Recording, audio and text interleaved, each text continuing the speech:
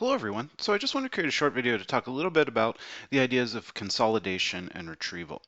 And up to this point, when we've talked about memory, we've really talked about memory as something that goes into long-term memory. Maybe you pull it into working memory to retrieve that information, but that's the extent to which that we've talked about memory. And the problem with this approach, not that it's a problem, it's a good way to think about memory, but the issue, I guess, that comes up with this approach is the fact that we're neglecting that memories get updated, that they're just not these stable things that are set away in storage and we just retrieve them whenever we need them.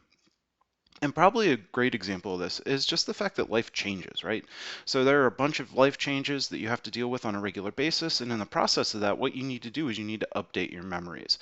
And so, for example, if you move to a new home or apartment or wherever you're living, one of the things that you need to do is you need to update your memories of both where things are stored and how things might be different than your previous home.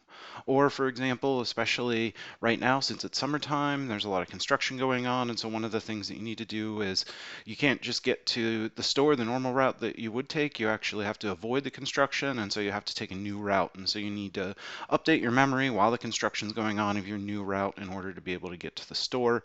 Or if we just take a campus example, if you're taking in-person classes, every semester your classes change and you don't want to go to the previous semester's class at the previous semester's time.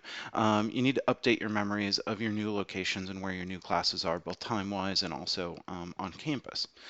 And so when it comes to this process of updating our memory, we need to do something that's called reconsolidation.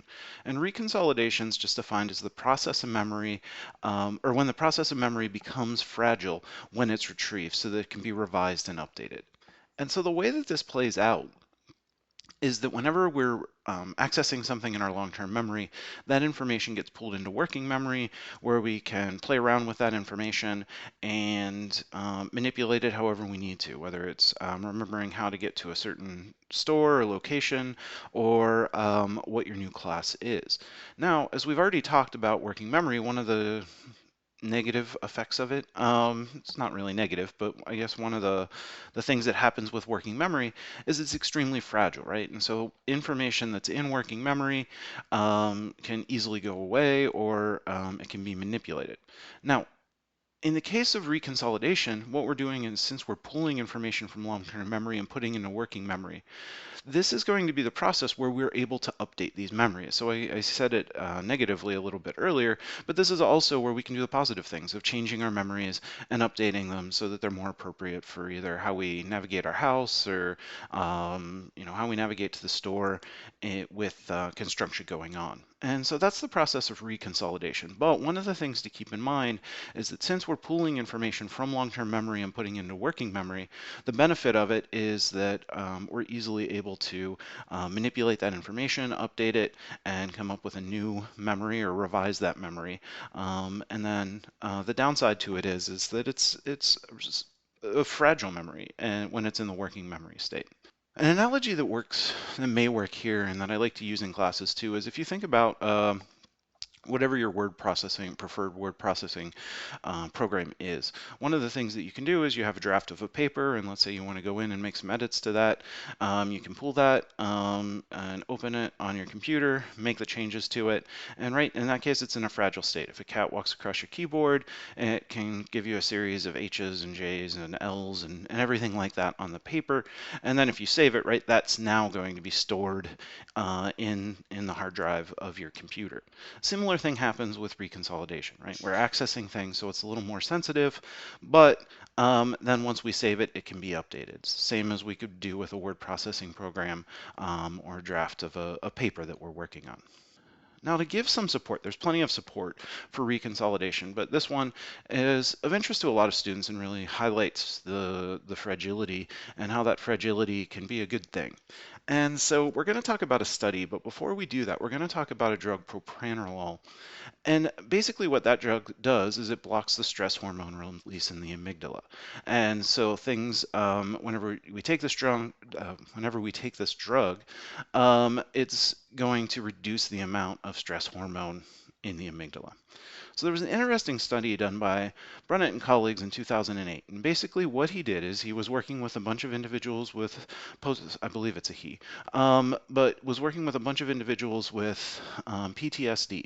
And so he had these people record small audio snippets of their trauma that they were dealing with. So basically, he asked them to verbally relive that trauma, and he took a recording of that trauma and then took a 30-second snippet of that. Now, for the research study, what he did with that 30-second snippet is they had all the participants in the study listen to that snippet of them reliving their own trauma. Now, what he did, though, is he separated participants into one of two groups. There was one group that took propranolol, and there was another group that received placebo.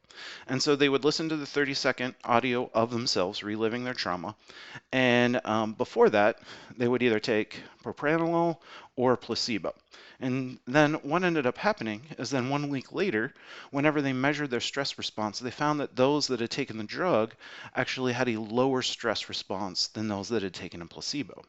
And so how this supports consolidation is the idea that in the process of when they were doing the experiment, so let's say they're doing a clinical visit and they're listening to that 30-second audio, their traumatic event is being pulled into working memory. In the case of those that took the drug, they're going to have a lower stress response. And so when that information or that trauma is in working memory, they're going to remember it with a lower state of stress.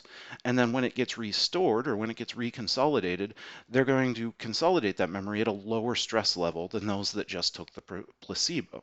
Now, if you continue to do this over time, one of the things that Brunnett found is that you can actually lower the stress response of individuals with PTSD if you just have them relive their experience while they're on the drug propranolol. And so the idea here is this just supports reconsolidation.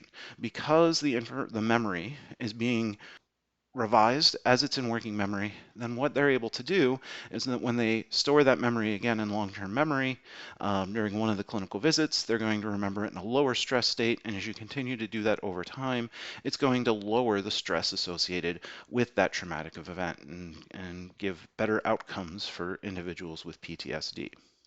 So this is a nice example of how reconsolidation can work and also how it can work in a clinical setting where you can basically use reconsolidation to help individuals with a variety of disorders, but in this case, PTSD. So that wraps up our conversation about consolidation and retrieval. But if you have any questions, definitely feel free to reach out. I'm always happy to help.